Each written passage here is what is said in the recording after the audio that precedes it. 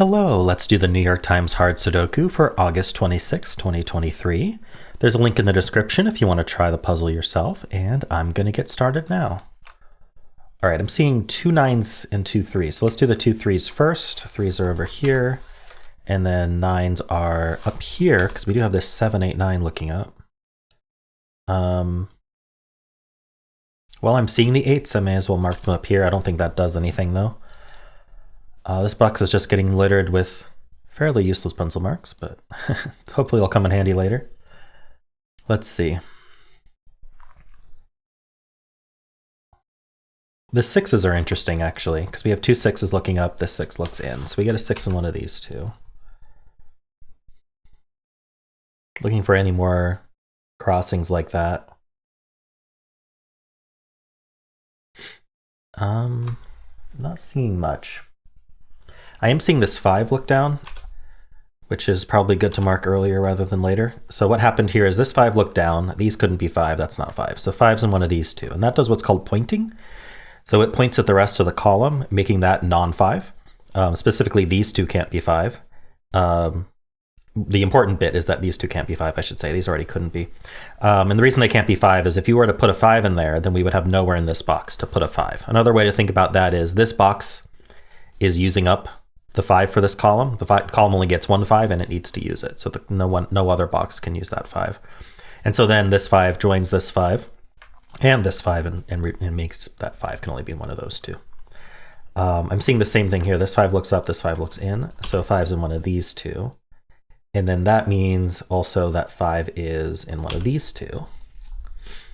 And, ooh, okay, this is important. So this is a crossing. Now that I'm focused on 5s. This 5 looks in, this 5 looks up. These two aren't 5, so 5 goes in one of these two, and this points again. This points at the rest of the row. And so this cannot be a 5. If this were a 5, there'd be nowhere in this box to put a 5. And so because this is not 5, now with our corner marks, they are telling us that this is the only cell that 5 can be in. And so we can just place a 5 in there. So we kind of took a roundabout route, but we ended up with a 5 here, which is kind of neat. Is there any box I haven't placed 5s in? Yeah, this sort of bottom box here. Unfortunately, it's any of these. So we kind of have this pattern here, which you'll see a lot. We have this pattern here, which you'll see a lot. This sort of rectangle pattern and the sort of L-shaped across boxes pattern. That's not going to resolve itself. You're going to have to do work with other digits, or maybe find a naked single. There are a few ways it can resolve, but ultimately it's not going to be a pattern that you can just do 5s alone and resolve it. Anyway, let's see. I was just scanning up here, but I got a little distracted, but it was a good distraction. Let's just move on to the next band at this point, although I don't know what I'm going to find because there's no repeated digits, so I'm going to have to look for crossings. Actually, I'm seeing this 2 look up. I'm looking to see if the 3 or 7's also relevant, but they aren't. So the 2's in one of these two. And so now that's going to join this 2. It points down, the 2 looks down, and the 2's in one of those two.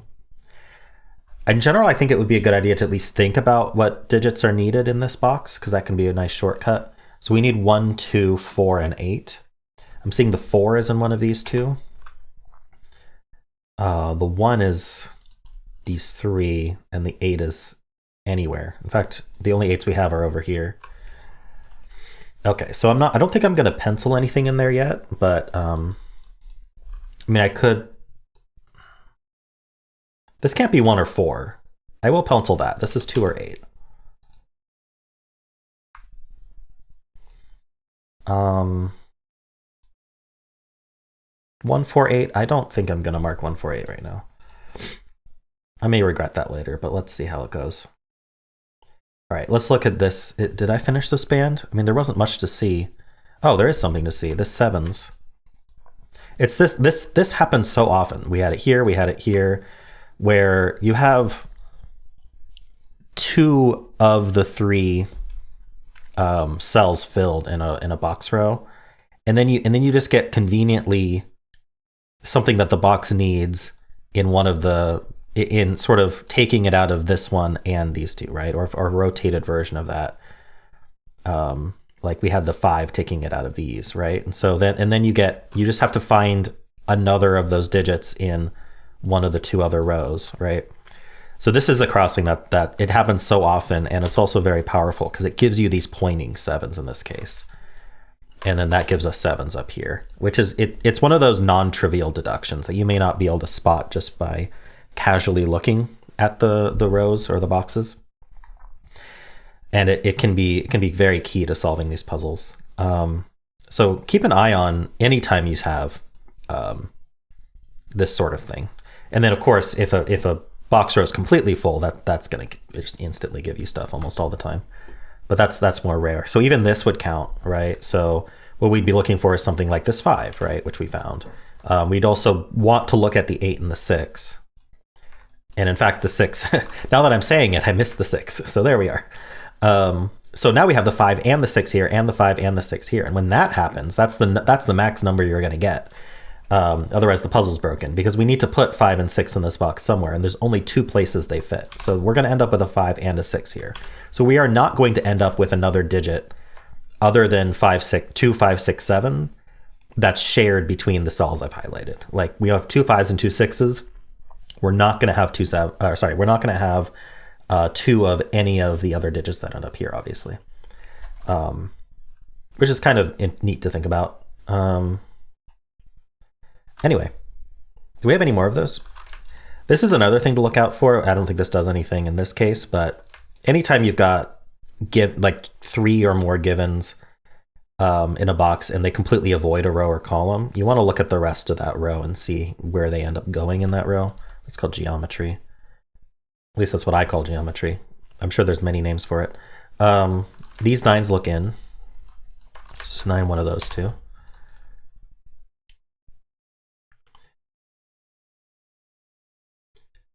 So yeah, like something we'd be looking for is, for example, this 7 looking down, also the 5 6 pair. So we have 5 6 and 7 looking down here. The 5 we don't care about, but 6 and 7 are what we want to focus on. The 7 unfortunately is only present in the same row, so that doesn't do anything, but we do have the 6.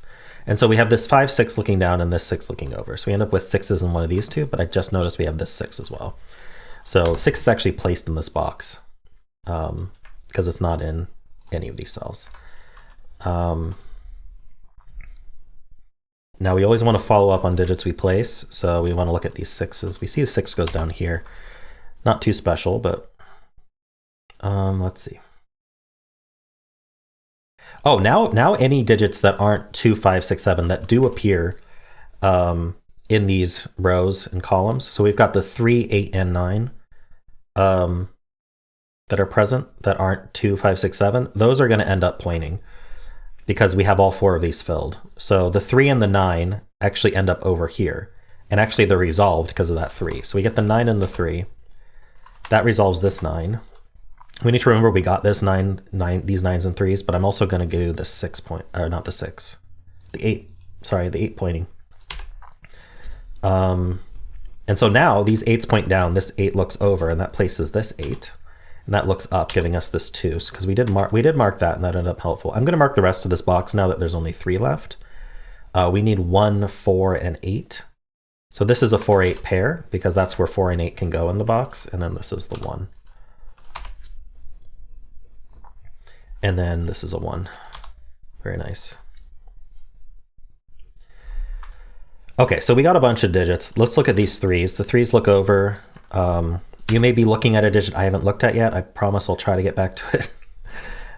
There's a lot to look at all at once here. So 2 and 7 go here. I'm going to fill that. I think just penciling these will get a lot of it done, because we have just 2 or 3 left in various places. This has a triple left. So we need a 1. I always think about it first. 1, 4, and 8. Sorry, I'm not seeing anything super special about it. I see this 1 and this 8. That's all there was. Okay, so let me just make sure I've followed up on everything. We got this 9. It's not super helpful. I'm going to think about what's needed in this row. We need 1, 2, 4, and 7. So the 1, unfortunately, can be in 2 places. The 2 is wide open. So is the 4, and the 7's not here. We have the 7s marked already though. All right, I'm not gonna do anything about that right now. The 3s we have marked.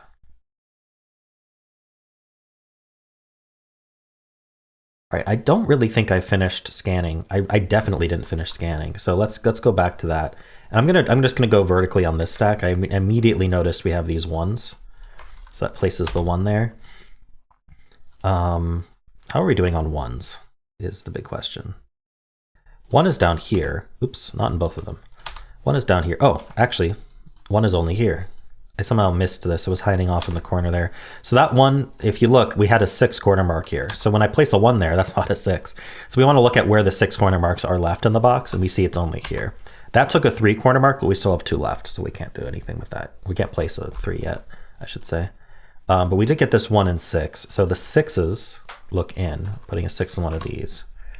The 1 looks down, placing a 1. That places the 7. Now, that places this 1 as well. So now 1s are done. We have all of them, so we don't have to worry about them. How about the 7s? So these 7s now look up, putting a 7 one of these 2. I've noticed this cell is avoiding all of our corner marks.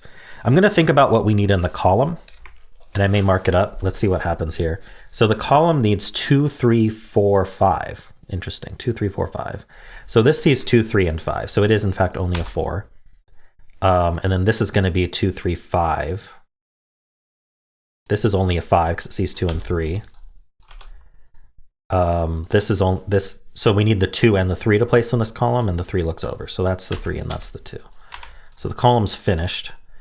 We get this 5 looks left. We get the 6 and the 5. This 6 ends up in one of these. I'm going to get this pair here. We need a 4 and a 9 here. Not resolved. Oh, but it does look left and gives us the 8 and the 4. I feel like we're finishing up. This has been an interesting puzzle for sure.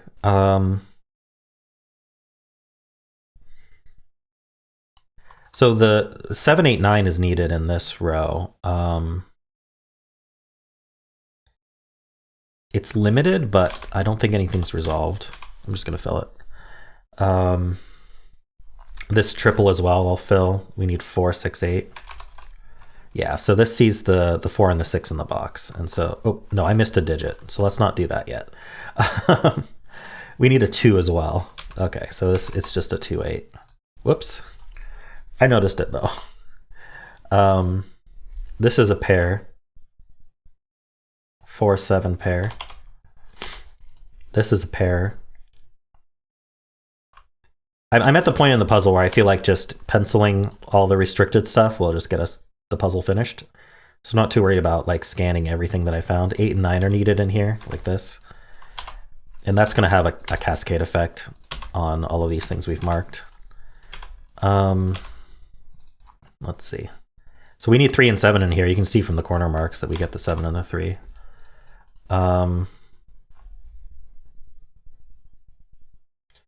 Okay, I think looking down here is going to be fruitful because it's 2 pairs at best. We need a 2 and a 3 here, so that goes like this. Oops, like that because of this 3. And then here we need a 4 and a 5. That goes like that because we have this 4. So yeah, that's all finished. This row needs 2, 5, and 7. This sees 5 and 7 here. Oops, this one sees 5 and 7, so it's only 2. And that finishes the row. That gives us this 5. All right. Really, penciling anything will finish this puzzle. I'll just pencil it all. So we need 3, 7, and 9 here. So that's the 3, see 7 and 9. And then we need 7, 9 here. That's 7, 9. Now I just like to think about what the boxes need. We need 4. That goes in 2 places. We need 6 and 8. Is that not done? It's not done. Okay, I picked the wrong one. How about this one? The row needs 2, 4, and 8. Okay, the row needs a 2, and it can only come from here because of this 2 here, and that should help quite considerably. It finishes these down here. Yep, now we're finished. All right. Flowed very nicely. It took me a bit, probably from explanations, and also I actually leaned a lot less heavily today on the red marks because I just really didn't center mark all that much today. And so the ending took me that extra like 2 or 3 minutes that normally the red marks save. Hopefully it wasn't too boring at the end there. Let me know how you felt about this style of solving and whether you enjoyed it. And of course, if you do enjoy my content, why not leave a like, subscribe, and a kind comment below.